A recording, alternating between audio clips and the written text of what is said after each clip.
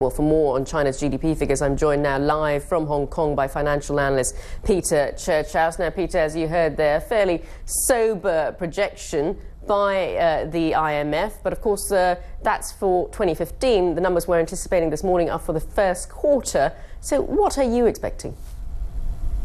Well, I think you've got to look at two realities when you look at China's GDP numbers. Firstly, the number will be whatever the government decides it's going to be.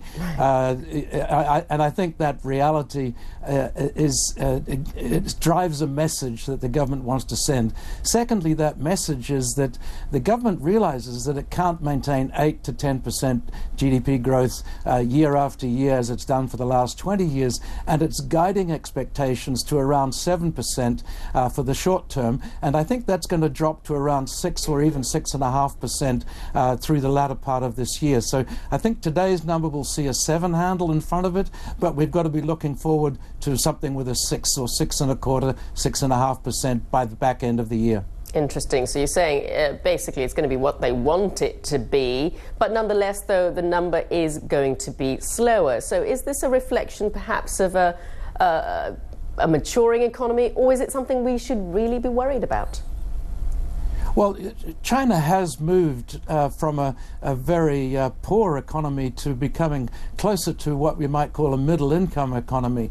And if you look around the world, middle-income economies don't grow at 8 to 10%. That's just not sustainable over the longer term. I think China's big problem really isn't just this switch, as your previous speaker was suggesting, from export and investment-led growth to domestic consumption-led. That's true, that's fair enough. But I think the big challenge is for China to move away from protecting its state-owned industries, protecting its banking system to become much more competitive and reduce those subsidies and freebies that these organizations get. That's the challenge. Right, and of course the other big challenge is just how the rest of Asia is going to react, particularly the markets. Very quickly, what are you expecting? Well, I'm expecting to see that certainly expectations for growth in other parts of the region are slowing down as well. Whatever happens in China has an impact everywhere else in the region, from Korea to Taiwan to Indonesia to Malaysia. All of these countries are dependent to some extent on what goes on in China, which again is ultimately dependent on what happens in Europe and what happens in the US. So it's all interconnected. And globalised indeed. Thank you so much for joining us there, Peter Churchouse in Hong Kong. Now we're expecting those numbers at 10 a.m. Beijing time. That's about 0200 GMT.